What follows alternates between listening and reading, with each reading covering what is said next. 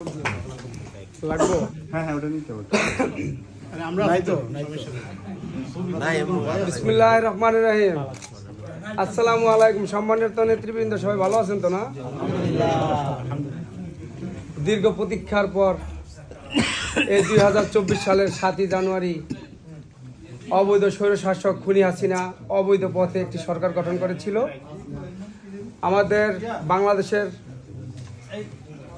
বিএনপির ভারপ্রাপ্ত চেয়ারম্যান তিনি বলেছিলেন 7 তারিখ সারাদিন পরিবারকে সময় দিন। আমরা সুশৃঙ্খলভাবে 7 তারিখ সবাই পরিবারকে সময় দিয়েছিলাম, তাই না? আবার ইনশাল্লাহ 5 তারিখ আমরা কি করেছিলাম? একই বছর বিজয় অর্জন করেছি। এখন পর্যন্ত কিন্তু আমরা চূড়ান্ত বিজয় অর্জন করতে পারিনি। আমাদের অনেক ধৈর্য সহ্যের সাথে সেই চূড়ান্ত বিজয় অর্জন করতে হবে। সম্মানিত নেতৃবৃন্দ, বাংলাদেশ জাতীয়তাবাদী স্বেচ্ছাসেবক দল দক্ষিণ শাখা আয়োজিত আজকের এই বিজয় দিবসের সম্মানিত সভাপতি, আমার স্নেহধন্য সহযোদ্ধা, দক্ষ সংগঠক জনাব আইয়ুব আলী ও পরিচালক আমারই হাতে করা দেলোয়ার হোসেন, সদস্য সচিব দক্ষিণ স্বেচ্ছাসেবক দল ইতালি শাখা, এবং উপস্থিত আছেন আজকের অনুষ্ঠানের প্রধান অতিথি ইতালি যুব দলের সাবেক সফল সভাপতি, ইতালি বিএনপির বর্তমান ভারপ্রাপ্ত সভাপতি জনাব আমিনুর রহমান সালাম ভাই সহ সহসভাপতি মণ্ডলী, সম্পাদকীয় মণ্ডলী, ইতালি যুবদল, স্বেচ্ছাসেবক দল, ইতালি শ্রমিক দল, রোম মহানগর বিএনপি নেতৃবৃন্দ সহ আপনারা সকলে উপস্থিত আছেন। সম্মানিত নেতৃবৃন্দ, হয়তোবা আপনারা আজকে অনেকেই অনেক কিছু ভুলে গিয়েছেন, আমি কিন্তু ভুলিনি। আপনাদেরকে মনে পড়ে শহীদ প্রেসিডেন্ট জিয়াউর রহমানের সন্তান, দেশনেত্রী বেগম খালেদা জিয়ার সন্তান আরাফাত রহমান কুকু ভাইকে যখন মালয়েশিয়াতে মৃত্যুবরণ করেছিলেন, তার লাশটিতে দাফন করতে দেশনায়ক জনাব তারেক রহমানকে স্বৈরাচারী শেখ হাসিনা সুযোগ দেয়নি? ভুলে গিয়েছিলেন আপনারা সেই দিনের কথা? বলবো না। যখন দেশমাতা দেশনেত্রী বেগম খালেদা জিয়াকে অবরুদ্ধ করে গুলশান অফিসে পানির লাইন, গ্যাস লাইন, পানির সব কিছু কেটে দিয়ে খাবার দাবার বন্ধ করে দিয়ে খালেদা জিয়াকে যে হত্যা করতে চেয়েছিল শেখ হাসিনা, সেই দিনের কথা কি আপনারা ভুলে গিয়েছিলেন? ভুলবো না। আপনারা কি ভুলে গিয়েছেন ভুলবো না। দেশনেত্রী বেগম খালেদা জিয়াকে তার বাড়ির সামনে বালুর ট্রাক দিয়ে কিভাবে খালেদা জিয়ার সাথে দুর্ব্যবহার করেছেন? সেই দিনের কথা কি আপনারা ভুলে গিয়েছেন? আপনারা কি ভুলে গিয়েছেন দেশনেত্রী বেগম খালেদা জিয়াকে কিভাবে স্বৈরাচার স্টাইলে বাড়ি থেকে চেংদোলা করে, তার সাথে দুর্ব্যবহার করে, তাকে ট্রাকে উঠিয়ে দিয়েছে? সেই কথাগুলো কি আপনারা ভুলে গিয়েছেন? ভোলার মতো না। আজকে আমরা পদ পদবি নিয়ে ঝগড়া করি, আমাদের লজ্জা থাকা উচিত। আরে দল যদি ক্ষমতায় না আসতে পারে তাহলে কিসের পদ, কিসের রাজনীতি, কিসের স্বেচ্ছাসেবক, কিসের শ্রমিক দল, কিসের বিএনপি, কিসের যুব দল, কিসের কি? সবার আগে আমাদের উদ্দেশ্য কি? সম্মানিত নেতৃবৃন্দ, এই দলকে সাংগঠনিকভাবে শক্তিশালী করে আমাদের আচার ব্যবহার, ভদ্রতা, ভালোবাসা দিয়ে জনগণের কাছে আমাদের কি করতে হবে? আমাদের ভোটাধিকার আদায় করতে হবে, জনসমর্থন আদায় করতে হবে। আজকে আপনারা জানেন দলের ভারপ্রাপ্ত চেয়ারম্যান কি বলেছেন, যে আপনারা মনে করবেন না যে আগামীতে খালি মাঠে গোল দিবেন, খালি মাঠে এমপি হয়ে আসবেন, এটা কিন্তু সহজ ব্যাপার নয়। আপনারা জানেন বাংলাদেশে দেশি এবং আন্তর্জাতিক ষড়যন্ত্র বাংলাদেশে চলছে।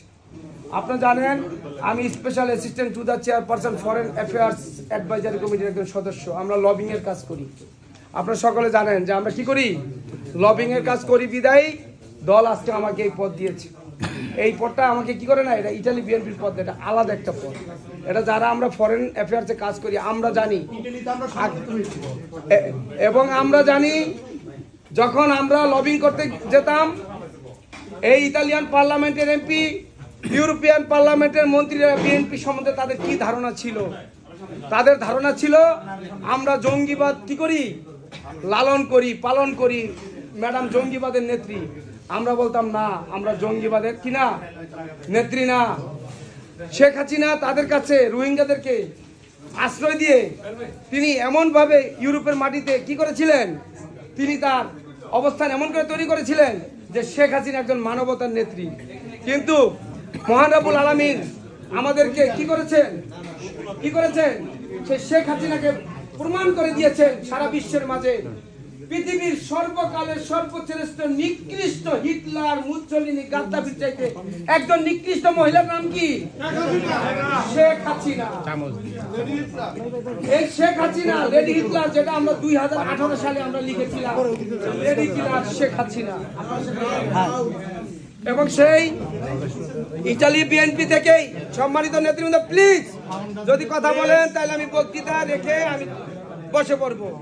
আর যদি বক্তৃতা যদি শুনতে চান, যদি বিএনপি করেন, বিএনপির গঠনতন্ত্র ফলো করেন, আজকে আমরা এই বিএনপি নেতৃত্ব দিচ্ছি, আগামীতে এই অডিয়েন্স থেকে আপনারা এই বিএনপি নেতৃত্ব দিবেন ইনশাআল্লাহ। ইনশাআল্লাহ।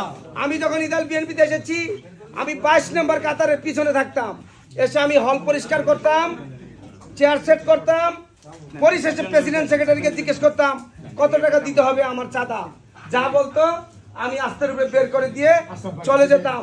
কিন্তু কোনদিন আমি বক্তৃতা দিতে আসি নাই, স্টেজের থেকে আসি নাই।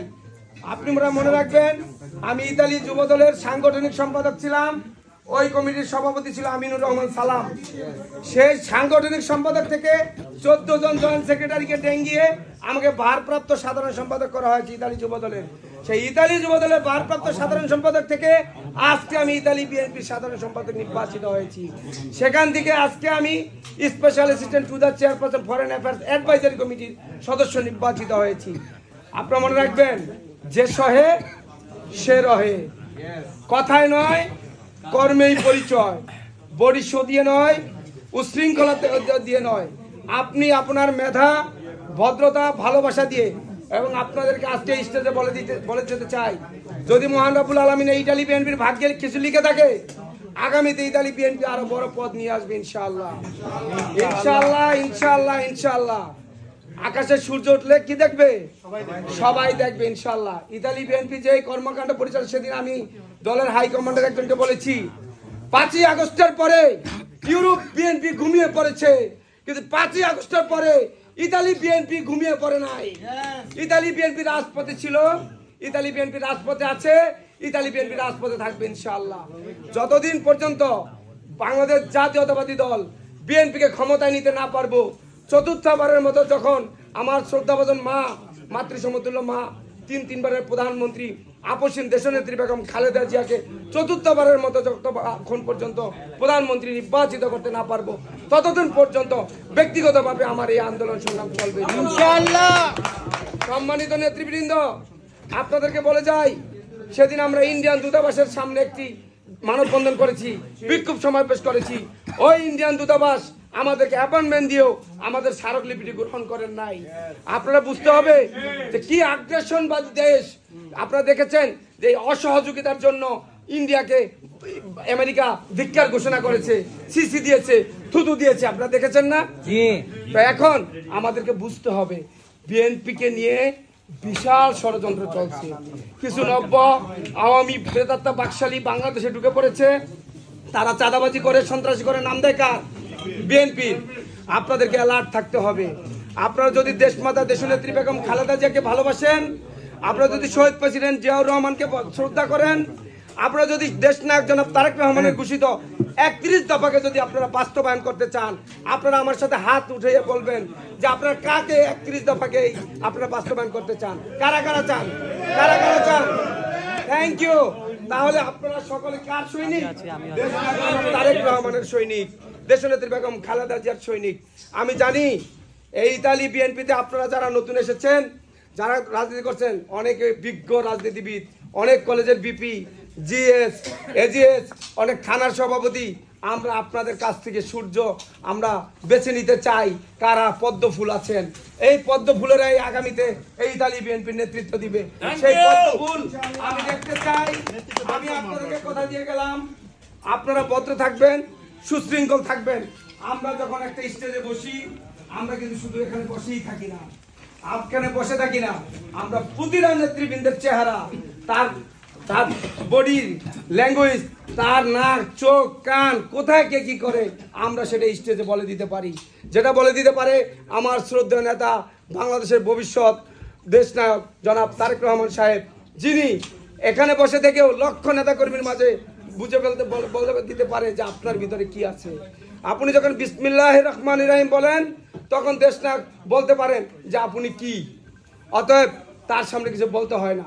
তার সামনে আমিও যেমন, আপনিও তেমন, উনিও যেমন, আরেকজনও তেমন। কারণ প্রিয় অভিভাবকের কাছে, বাবা মার কাছে সন্তান কি সমান না?